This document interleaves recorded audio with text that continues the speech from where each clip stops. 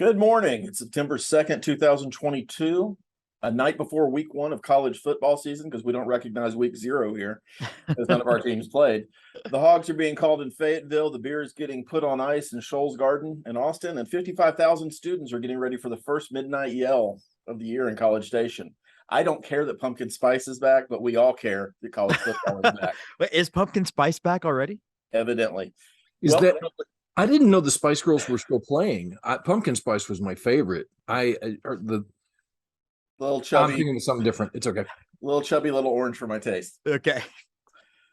As a way of introductions, I'm Andy Tomchess, your friendly neighborhood Aggie. He's James Christopher. We just had this conversation. We really did. University of Texas alum, and Scott McIntyre also is with us as always. Razorback fanatic. We'll probably be doing some weird hand gestures during the show. Gentlemen, what's your favorite season, and why is it college football season? I love the beginning of college football season so much because it's sports I love all at once, because baseball season's winding down. College football season is kicking into gear at a point where it's still fun, because in some ways non-conference season is a lot more fun than the conference season because you're seeing different teams, different looks. It's all possibility. Unlike baseball season, though, that possibility will end in week 2 for the Texas Longhorns. So there you go. I don't know if that's exactly going to happen. I mean, who knows what's going to happen in the magical land of the Big 12, right? True. That still exists. There's still a magical land of the Big. I mean, it's almost like that. I don't know.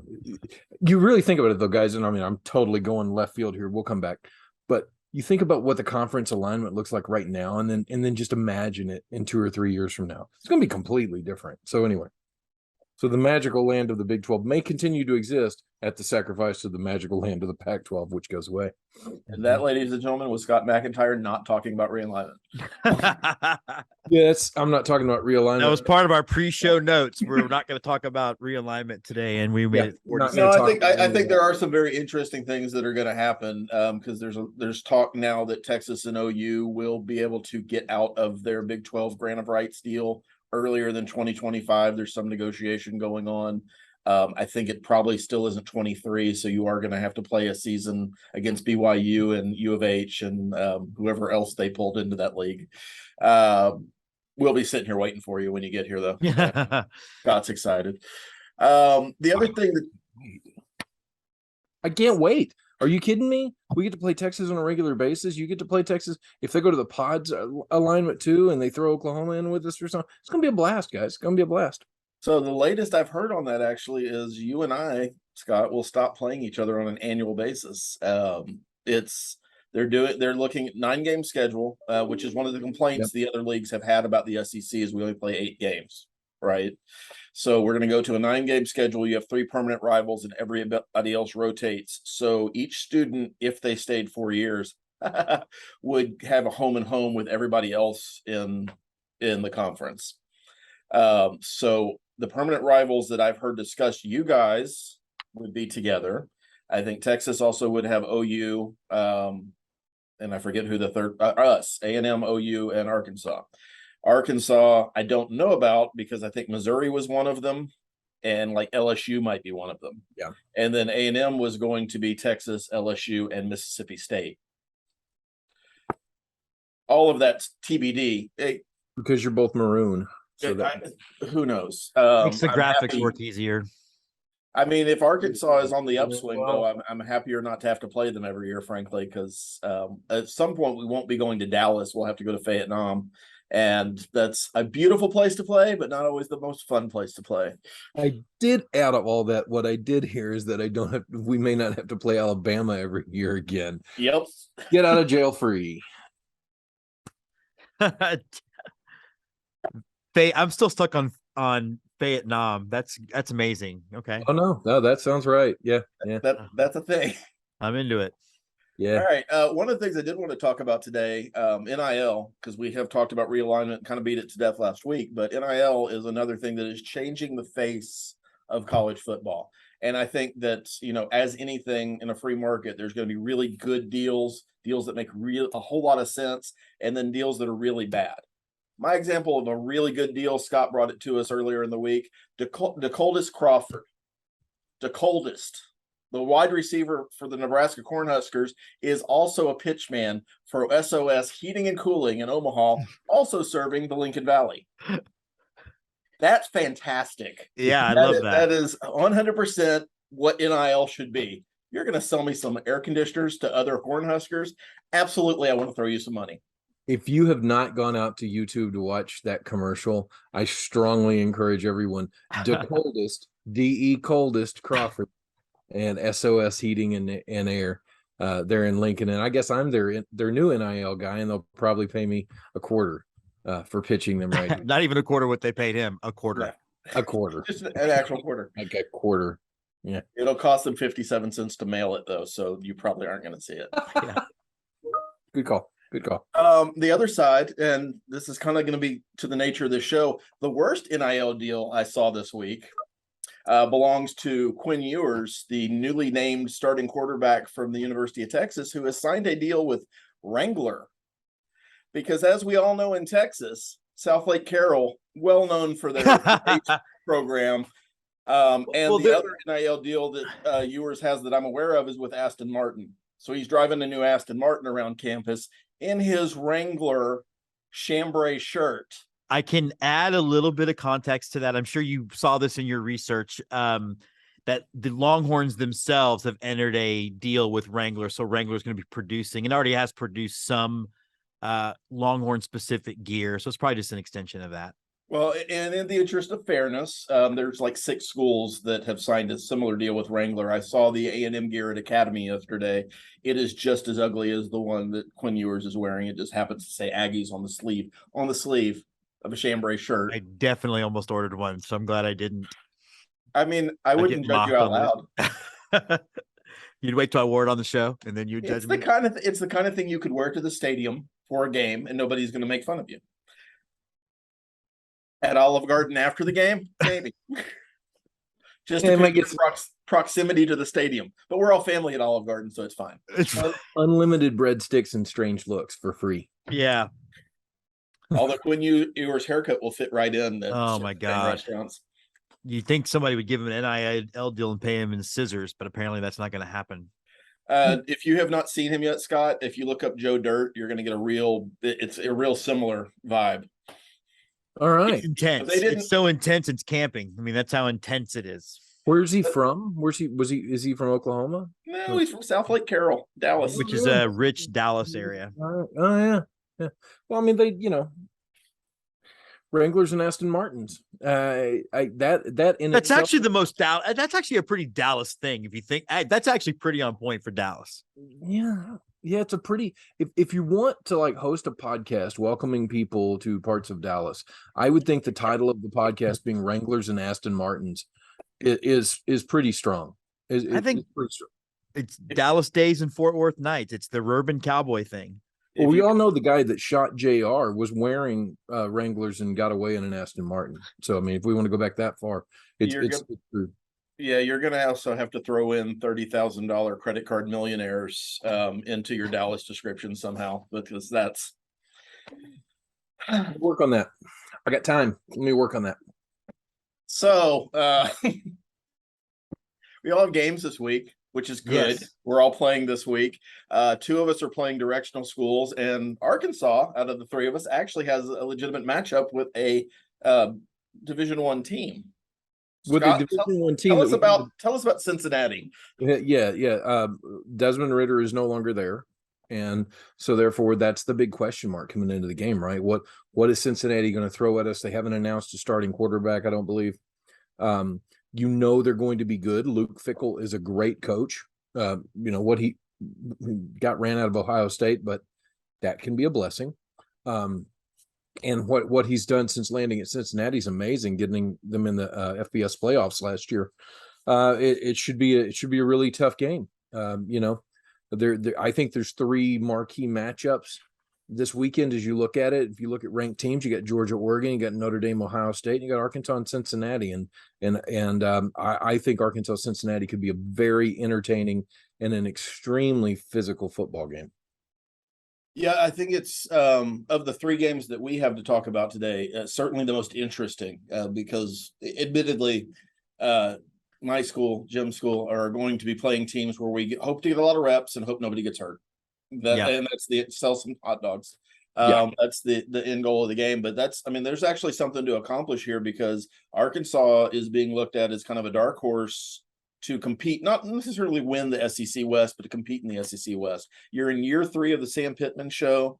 He's 12-11 overall as head coach, but 9-4 last year. So a giant leap from the COVID season. Well, yeah, if you take what was happening in Arkansas before Sam Pittman got here, and speaking of Dallas and South Lake Carroll people, Chad Morris really ran the program into the ground after Brett Bielema kind of didn't pay attention to it for a year or two before he left. So you're looking at, what was it, a 4-win season, a couple of 2-win seasons, hadn't won a conference game in forever, Yeah. and St. Pittman's dug people out of hiding places in Arkansas and making them proud of the team. It's gonna be a great game with Cincinnati. There's no way around it. It's just going to be a very physical football game. I hope that the Bearcat alumni are sick of hearing Woo Pig Sooie by the third period and their ears are bleeding. We need all the help we can get, but man, it's nice to be You relevant. can tell he's a hockey fan because he said period, not quarter. Did I say period? You sure did. At least you didn't say runs and not points. That's true. That's true. Yeah, you got to get your goals scored there, and you want to make sure you get the assist and everything, and put the puck right on the stick. No, but yeah, the third quarter, excuse me, the quarter. But I think with Arkansas, what you have here is you have a team that is better overall up and down from last year. The loss of Treylon Burks to the NFL is huge to the receiving core, but I think we will spread that out and replace him through numbers. The problem is that every team that Arkansas plays this year went to the postseason last year. We don't get a week off. We have the toughest schedule in the nation. That's why I find it funny when people talk about the SEC only playing 8 conference games. Then how do we wind up with the toughest conference in the nation every year, or the toughest schedule in the nation every year? But here we are again. So I think improvement may not equal wins, but hopefully it will this week. How big? One of the things I saw about Arkansas last year, it was a team laden with seniors and super seniors. You had a lot of mature talent, and I think that helped you a lot. Certainly, when you had to play A&M, that helped because you guys were just killing our offensive line, who had played together, I think, a game together at that point. How much of that talent did you lose? And I guess conversely, how much does picking up a Drew Sanders to play in the middle help? Picking up Drew Sanders fixes a lot, right? Or it should on paper, because we did lose Grant Morgan to the NFL, who, congratulations to Grant Morgan, was just signed to the practice squad for the Jacksonville Jaguars. So the guy held on. That's the talent that was lost. The defensive line is a bit depleted for Arkansas. After last year, we had someone transfer in and then realize he was going to be third string and transferred out after a week of practice, which I think will become all the more common. Offensively, I think Arkansas is back.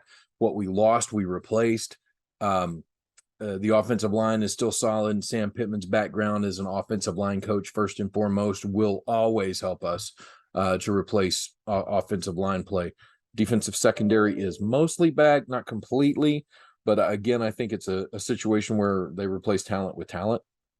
And so I don't think Arkansas slipped anywhere except potentially in the interior D line, because John Ridgway was so good and so dominant at times last year, as you probably remember when we played you guys, Andy.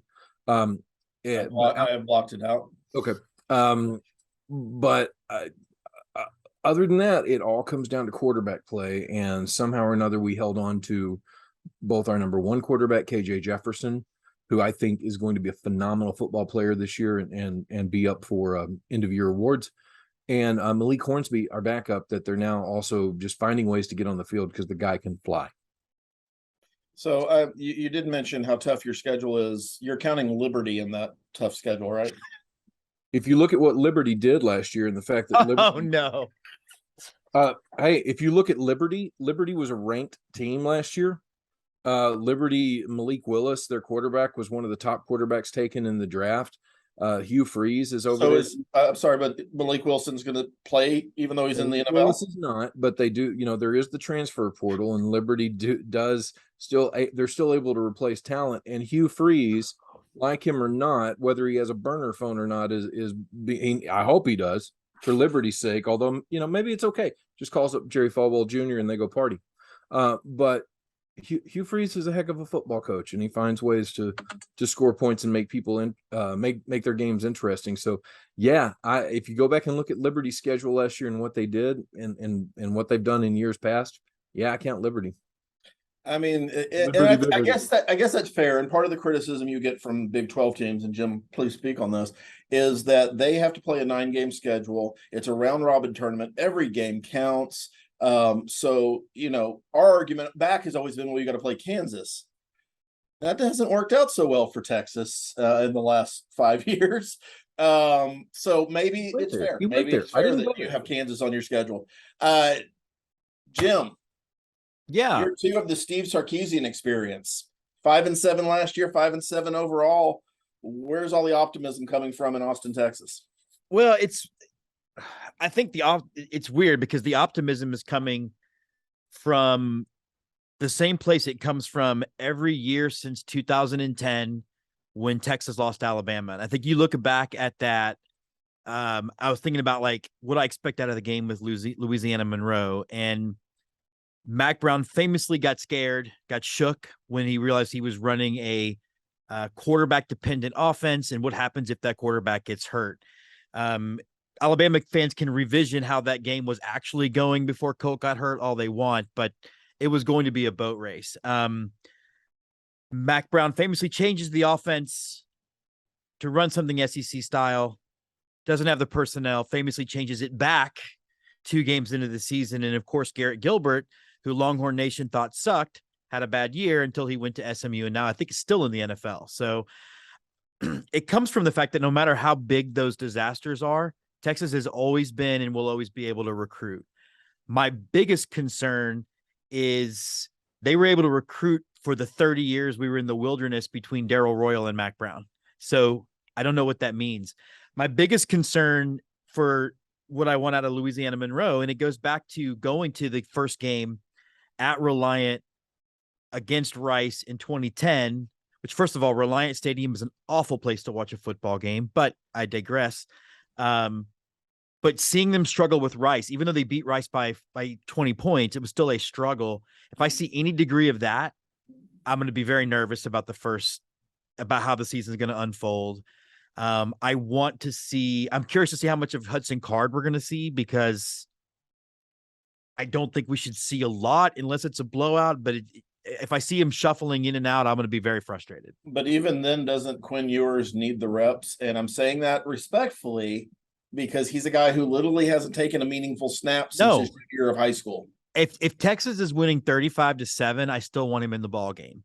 If they're up bigger than that, then let Hudson Card get some reps. But I also think we have to have, we talked about last week, I really wish that Quinn Ewers would not be named the starter until game 3, because we know it's coming in week 2 and how out of hand that can get. And we know that what that can do to a young quarterback.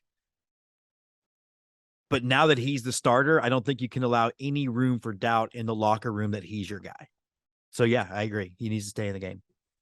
I'll also say, Jim, I'll throw in there, I don't think that Texas fans should. I cannot believe I'm coming to the defense of Texas fans here, but I'm going to. I think you guys should not sleep on ULM. Terry Bowden's a great coach, and he's Wait. What about the statement I just made? Said I indicated that I thought we'd be sleeping on ULM. No. I just talked about how we've struggled in every single first game for 12 years. No, I'm not talking about you. I'm talking about Texas fans in general. I don't think if you guys come out and win by 20, okay, I think there will be a sense of disappointment. We should have beat them by a larger margin. But I do think that ULM has vastly improved over the last 2 years. And the ULM that you would have expected to beat 2 years ago by 40 or 50 points, absolutely, it is going to be a tougher team to play. And I hope Texas fans understand that, because you do. I hope everybody else really gets what you're saying. They're a good football team. They're well coached. Jim, please keep in mind that in the SEC, we do this a lot to justify the fact that I'm going to be playing UMass in week 12. And it's going to be Military Appreciation Day, so we can have people in the stands. I mean, and you will hear me talk about how dangerous the UMass team is, regardless of whether or not they even have players at that point in the season. It's just part of what we do to justify some of the things we schedule. Now, I will say that the schedule in the SEC, especially the West, is just a beating week after week. Right. And you got to fill out the schedule somewhere. It is what it is, though. We're always going to tell you that the week 1 opening against Sam Houston State or Louisiana Monroe or I don't know, Appalachian State, who we're playing next week, who probably could beat a team. I'm doing it right now. That's we got to make it feel good. It's very Lou Holtz of us. That is a team that's going to be very dangerous. And I'm going to drool myself. And don't want to go down there and play Miami unless you played this team from Appalachian State and they're a fan, whatever. Anyway, another question for you, Jim. Why won't the donors let Coach Sark pick his own starting quarterback? And follow-up question to that, why is Coach Sark punishing John McClain by not publishing a depth chart due to that? The second question first, because John McClain is an asshat, and so who cares what he thinks one way or the other. And unfortunately, I don't mean the guy at Nakatomi either. I mean, no, he's a Baylor grad who clearly got his Adderall prescription refilled this week. Yeah, I saw all of it. The donor thing, though, I mean, it's why I'm going to be lukewarm. Like I talked last week that I'm a big fan of Sark. I'm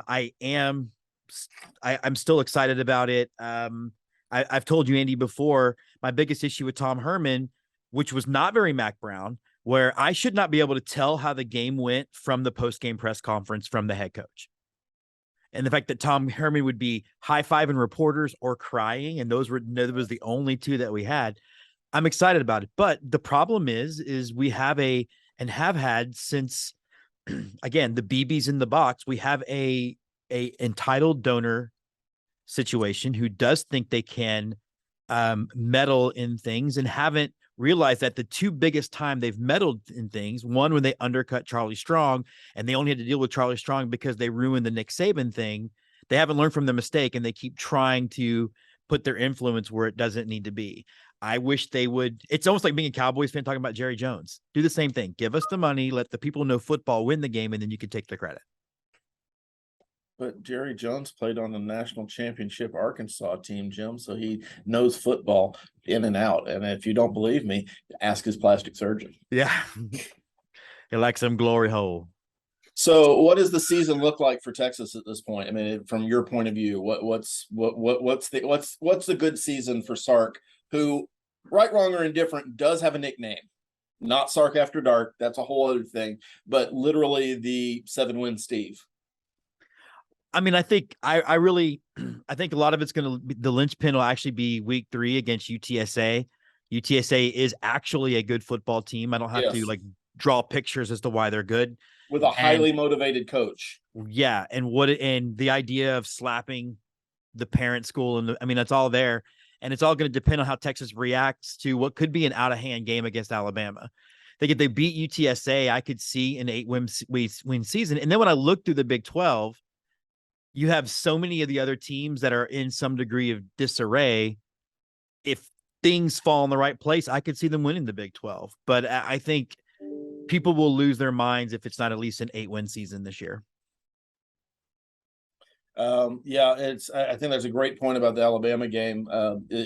Famously, you're going to hear stuff like, well, you can't let Alabama beat you twice. It's one of the things that the Kevin Sumlin A&M teams used to run into, not even with Alabama, but with Arkansas.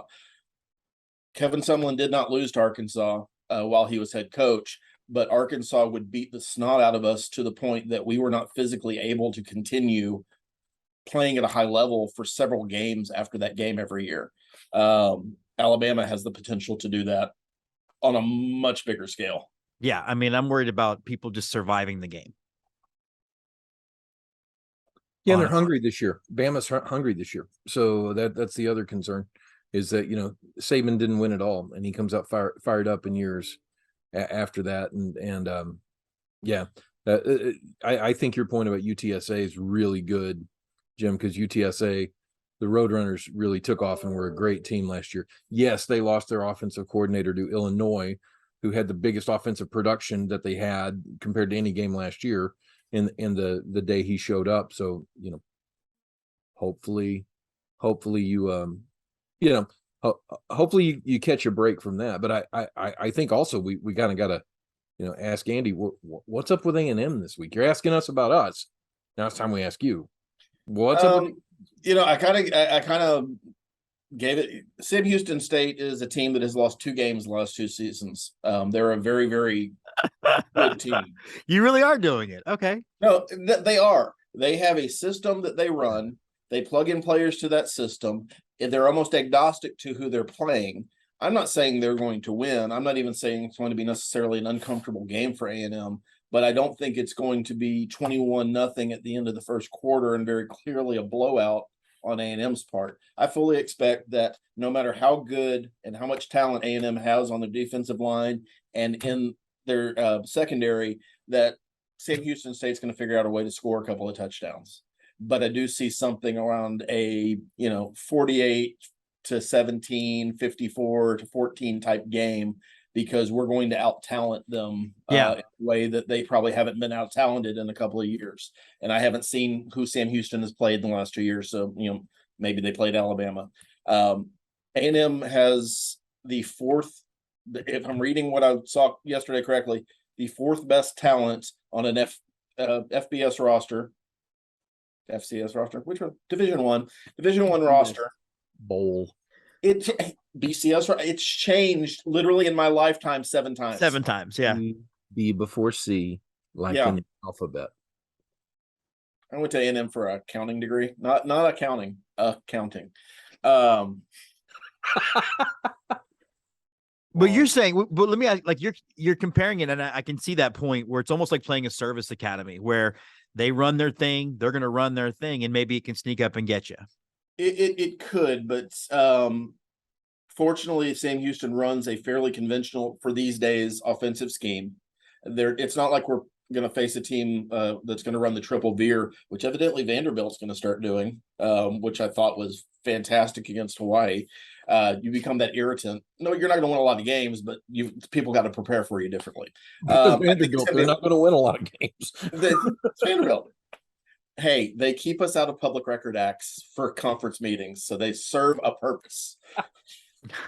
Much like Baylor does for the Big 12. That's the best part about realignment. I think they can finally say goodbye to Baylor. But anyway, continue. I'm sorry. Yeah, so back to A&M. I think our deal is going to be for this game, and really with Appalachian State the next week, is getting Haynes King reps, because while he was named starter last year, he lasted for all of 5 quarters, broke his ankle against Colorado and caused a downward spiral for the rest of the season. And most A&M fans will tell you we easily win 10 games last year if we have a competent quarterback. Sure. Auburn has found out how good Jimbo Fisher is as a quarterback coach, because Calzada, who won that game against Alabama famously last year, is running 3rd string for Auburn right now.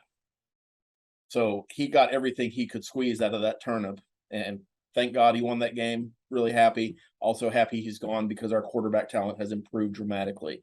Our offensive line needs some reps to play together. We've got talent there. Most of them started last year. We've had a little bit of change at center. Maybe Bryce Foster, who was a freshman All-American, is going to start, but he's also a track guy, didn't practice a lot during the spring, didn't practice at all during the spring. And so we'll probably be starting a new center this year. Where does Foster fit into that? Where does Matt Wyckoff, that new center, fit in? Just getting those guys to gel, and that usually takes a couple of games every season for your offensive line to get good. Our strength is going to be our defense this year. It is not just, as you're hearing a lot of the national wags talk about, this idea that, well, it's going to take a while for that 22 class to get in, and they'll be good in 23.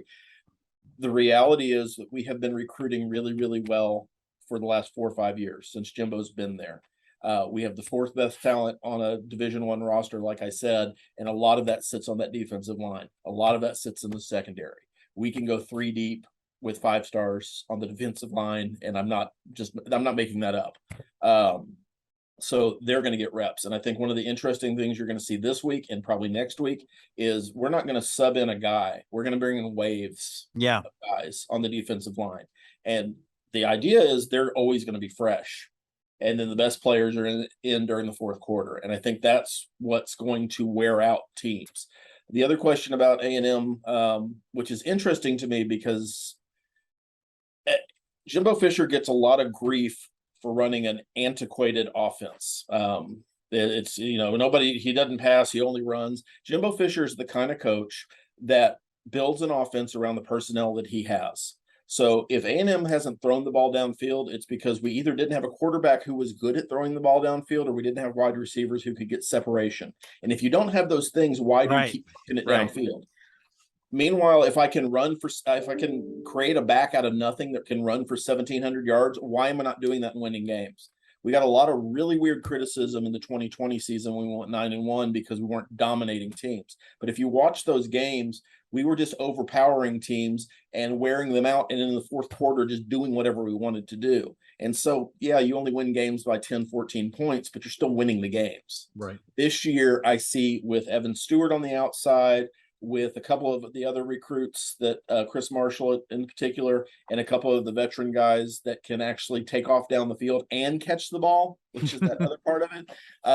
That offense is going to be a lot more open, which is actually going to make us a more dangerous running team because the safeties aren't going to be able to cheat up in the box. So I see this is a chance, and maybe we're not a national championship team or a playoff team this year. We're really, really close. But we're a team that legitimately is going to win 10, 11 games. And I think rightfully so. If we don't win 10 or 11 games, Jimbo should have to face some heat. One question I had about your schedule, because the first real test you guys have is Miami, number 16, coming in on September 17th to A&M. I mean, Miami's been back almost as much as Texas has been back, which means not at all. Is there any reason to believe that Miami's actually is worthy of being the number 16 team in the country? I'm worried about Miami next year. They're ranked right now because of the story. The story is Cristobal comes back home, and he's a guy that recruits really, really well, and he is recruiting really, really well, but those players aren't in Coral Gables yet. This is not and I watched the U again because I got on an ESPN Plus Jag the other day. I saw that. Yeah. This is not that team. The U is a fantastic movie. This is not that team. They do not have that level of talent yet. They're a good team. And if you said top 25, sure. I don't think they're top 10. And I don't think they have the depth to win 10 games. Even in kind of a watered down ACC. So I like the way our schedule breaks, that we keep stepping up in class each week until we get to Arkansas. So you're building up with Sam Houston. Appalachian State's going to be a little bit better than Sam Houston. Miami's going to be better than Appalachian State. Arkansas is going to be better than Miami.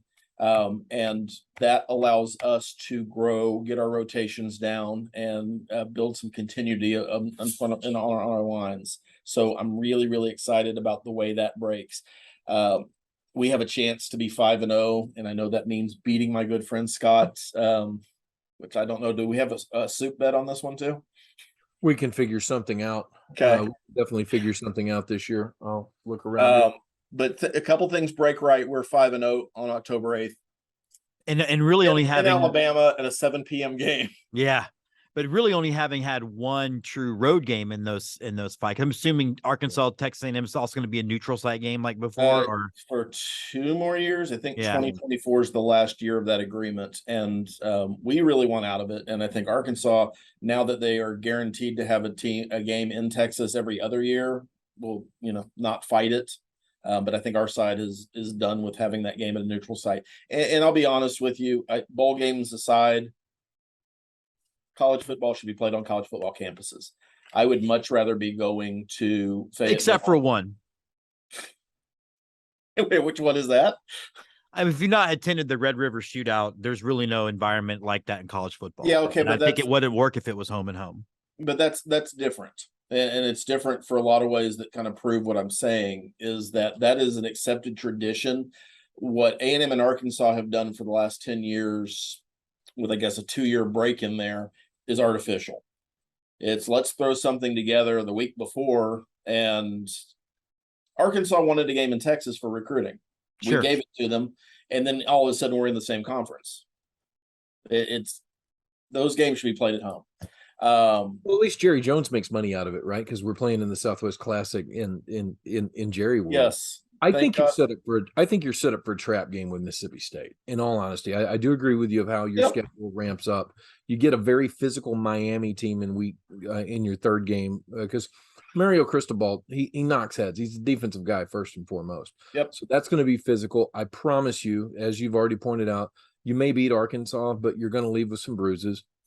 And then suddenly you get Mississippi State in Stark Vegas. Before you get Bama. So you've got the Southwest Classic and Bama, and wedged in here is Mississippi State. Week 5 is what every A&M fan should have circled, because I promise you Mike Leach can pull off an upset. And I think, but I think Jimbo Fisher. We have history with Mike Leach, and we certainly have history with Mississippi State. So fully understand that. But, if we had a competent quarterback, we would have won that game again last year. So everything being equal, we've improved across the board in every one of our positions. We should win that game. 100% a trap game. Every road game in the SEC is a trap game, frankly. It just doesn't let up. I don't love the idea that we're going to go to South Carolina after Alabama and play Spencer Rattler, who should be fully in possession of all his powers by then. With Shane Beamer, Frank Beamer's kid. So Beamer ball. South Carolina's coming around, and they're hockey. Yeah, Jim, if you don't know this, the equivalent for South Carolina fans for the Big 12 is Tech. Oh, great. Wonderful. They all I was going to ask her this year. I'm a little bummed that Mike Leach has dropped his pirate shtick. I mean, I'm a little bummed by that. I bet you could offer him a drink and he'd get right back on it. I bet he would. That'd be pretty great. But all his marriage advice and life advice kind of makes up for it. I mean, you can put he's the best press conference in college football. He's the best press conference in sports. I don't care what anyone says. One of the deals with college football, guys, is that we do have a time limit in college football at 60 minutes, and our show is overtime. So we're going to bid a fond adieu. With that, I'm Andy Tomchesson representing the Aggies. James Christopher, hook 'em horns. And I'm Scott McIntyre. Oh, Pig Sooie.